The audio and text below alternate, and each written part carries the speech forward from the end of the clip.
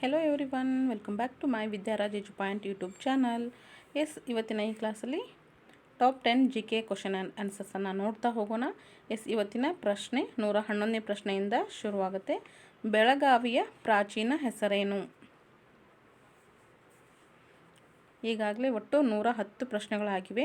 ಯಾರೆಲ್ಲ ನೋಡಿಲ್ವೋ ಖಂಡಿತ ನಮ್ಮ ವಿದ್ಯಾರಾಜ್ ಎಜು ಪಾಯಿಂಟ್ ಯೂಟ್ಯೂಬ್ ಚಾನಲ್ದ ಪ್ಲೇಲಿಸ್ಟಲ್ಲಿ GK ಅಂತ ಅಂದರೆ ಸಾಮಾನ್ಯ ಜ್ಞಾನದ ಪ್ರಶ್ನೋತ್ತರಗಳಂತ ಒಂದು ಪ್ಲೇಲಿಸ್ಟನ್ನು ಕ್ರಿಯೇಟ್ ಮಾಡಿದ್ದೀನಿ. ಅದರಲ್ಲಿ GK ಸಂಬಂಧಿಸಿದಂತಹ ಎಲ್ಲ ಪ್ರಶ್ನೆಗಳು ಅಥವಾ ವಿಡಿಯೋಗಳು ನಿಮಗೆ ಅಲ್ಲಿ ಸಿಗುತ್ತೆ. ಖಂಡಿತ ವಾಚ್ ಮಾಡಿ. ಓಕೆ, ಡೈಲಿ 5 ಗಂಟೆಗೆ ಪ್ರತಿದಿನ 10 ಅಂದರೆ ಟಾಪ್ 10 ಪ್ರಶ್ನೆಗಳು ಸಾಮಾನ್ಯ ಜ್ಞಾನದ ಪ್ರಶ್ನೋತ್ತರಗಳು ನಿಮಗೆ ಸಿಗುತ್ತೆ.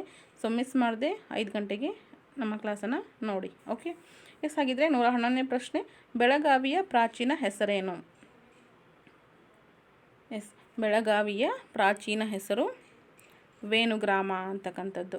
ಓಕೆ, ಬೆಳಗಾವಿಯ ಪ್ರಾಚೀನ ಹೆಸರು ಬಂದು ವೇಣುಗ್ರಾಮ ಅಂತ. ನೆಕ್ಸ್ಟ್ ಈಗ 112ನೇ ಪ್ರಶ್ನೆ, ಅಲೆಕ್ಸಾಂಡರ್ನ ದಾಳಿಯನ್ನು ಪ್ರತಿರೋಧಿಸಿದ ಅರಸ ಯಾರು? ಅಲೆಕ್ಸಾಂಡರ್ನ ದಾಳಿಯನ್ನು ಪ್ರತಿರೋಧಿಸಿದ ಅರಸ ಯಾರು?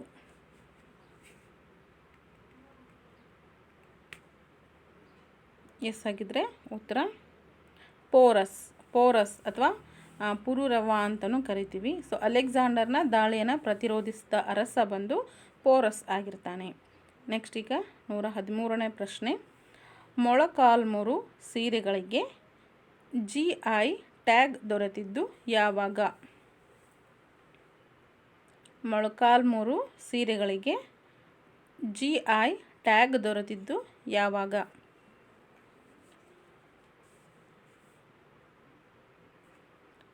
ಹಾಗಿದ್ರೆ 2011. ಮೊಳಕಾಲ್ಮೂರು ಸೀರೆಗಳಿಗೆ GI ಟ್ಯಾಗ್ ದೊರೆತಿದ್ದು 2011ರಲ್ಲಿ ಅಂತಕ್ಕಂಥದ್ದು. ನೆಕ್ಸ್ಟ್ ಆಗಿದ್ದರೆ 114ನೇ ಪ್ರಶ್ನೆ, ಗೌತಮ ಬುದ್ಧನ ಮೂಲ ಹೆಸರೇನು? ಗೌತಮ ಬುದ್ಧನ ಮೂಲ ಹೆಸರೇನು? ಪ್ರಶ್ನೆಗಳು ಯಾವಾಗ ಹೇಗೆ ಬರುತ್ತೆ ಅಂತ ಹೇಳಲಿಕ್ಕಾಗೋದಿಲ್ಲ. ಪ್ರಶ್ನೆಗಳನ್ನು ಚೆನ್ನಾಗಿ ಓದ್ಕೊಂಡು ಅರ್ಥ ಮಾಡಿಕೊಂಡು ಸಾಧ್ಯವಾದಷ್ಟು ನೆನಪಿನಲ್ಲಿ ಇಟ್ಕೊಳ್ಳಿ. GPSTR, HSTR, PSTಗೂ ಸಹ ಸಾಮಾನ್ಯ ಜ್ಞಾನದ ಪ್ರಶ್ನೆಗಳು ಸಾಕಷ್ಟು ಕೇಳ್ತಾರೆ. ಇವು ಇಂಪಾರ್ಟೆಂಟ್ ಆಗಿರುತ್ತೆ. ಗೌತಮ ಬುದ್ಧನ ಮೂಲ ಹೆಸರೇನು? ಸಿದ್ಧಾರ್ಥ ಅಂತಕ್ಕಂಥದ್ದು. ಗೌತಮ ಬುದ್ಧನ ಮೂಲ ಹೆಸರು ಸಿದ್ಧಾರ್ಥ ಆಗಿರುತ್ತೆ. ಓಕೆನಾ? ಹಾಗಿದ್ರೆ 115ನೇ ಪ್ರಶ್ನೆ, ಚರಕನ ಕೃತಿ ಯಾವುದು? ಚರಕನ ಕೃತಿ ಯಾವುದು?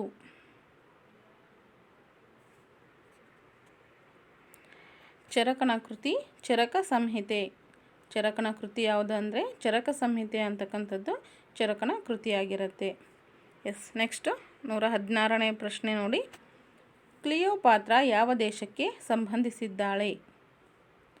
ಕ್ಲಿಯೋಪಾತ್ರ ಯಾವ ದೇಶಕ್ಕೆ ಸಂಬಂಧಿಸಿದ್ದಾಳೆ?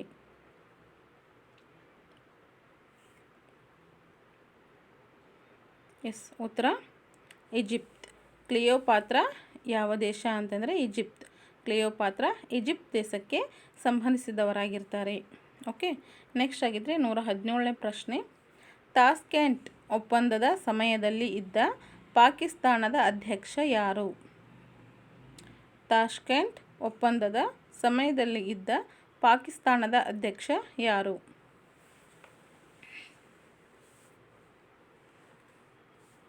ಹಾಗಿದ್ರೆ ಅಯೂಬ್ ಖಾನ್ ಅಂತಕ್ಕಂಥವ್ರು. ಅಯೂಬ್ ಖಾನ್.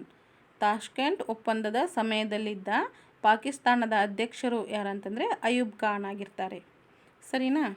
ಓಕೆ, ನೆಕ್ಸ್ಟ್ 118ನೇ ಪ್ರಶ್ನೆ, ಕರ್ನಾಟಕದ ಯಾವ ಜಿಲ್ಲೆಯು ಅಂತಾರಾಷ್ಟ್ರೀಯ ಹಿಂದೂಸ್ತಾನಿ ಸಂಗೀತಗಾರರ ತವರೂರಾಗಿದೆ?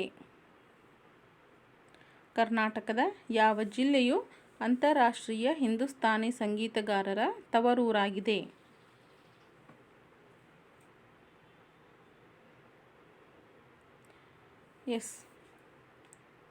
ಉತ್ತರ ಧಾರವಾಡ. ಕರ್ನಾಟಕದ ಧಾರವಾಡ ಜಿಲ್ಲೆಯು ಅಂತಾರಾಷ್ಟ್ರೀಯ ಹಿಂದೂಸ್ತಾನಿ ಸಂಗೀತಗಾರರ ತವರೂರಾಗಿದೆ ಅಂತಕ್ಕಂಥದ್ದು. ನೆಕ್ಸ್ಟ್ ಈಗ 119ನೇ ಪ್ರಶ್ನೆ ನೋಡಿ, ಅಂಶಿ ರಾಷ್ಟ್ರೀಯ ಉದ್ಯಾನವನ ಯಾವ ನದಿ ದಡದಲ್ಲಿದೆ? ಯಾವುದು? ಅಂಶಿ.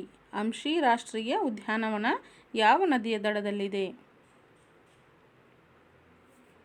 ಎಸ್, ಉತ್ತರ ಕಾಳಿ ನದಿ ದಡ.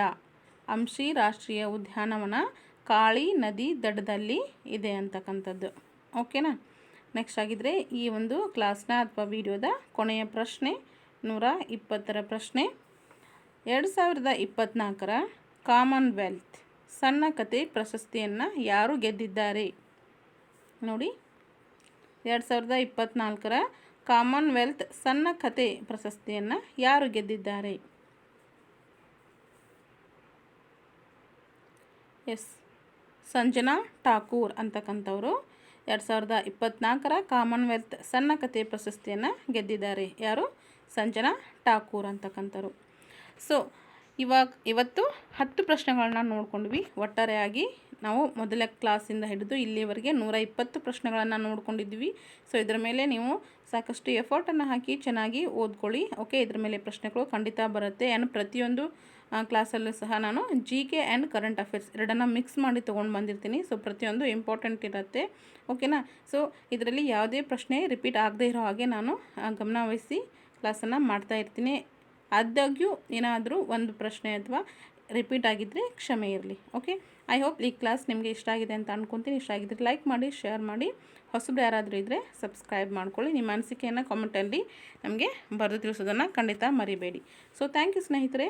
Thanks for watching the class.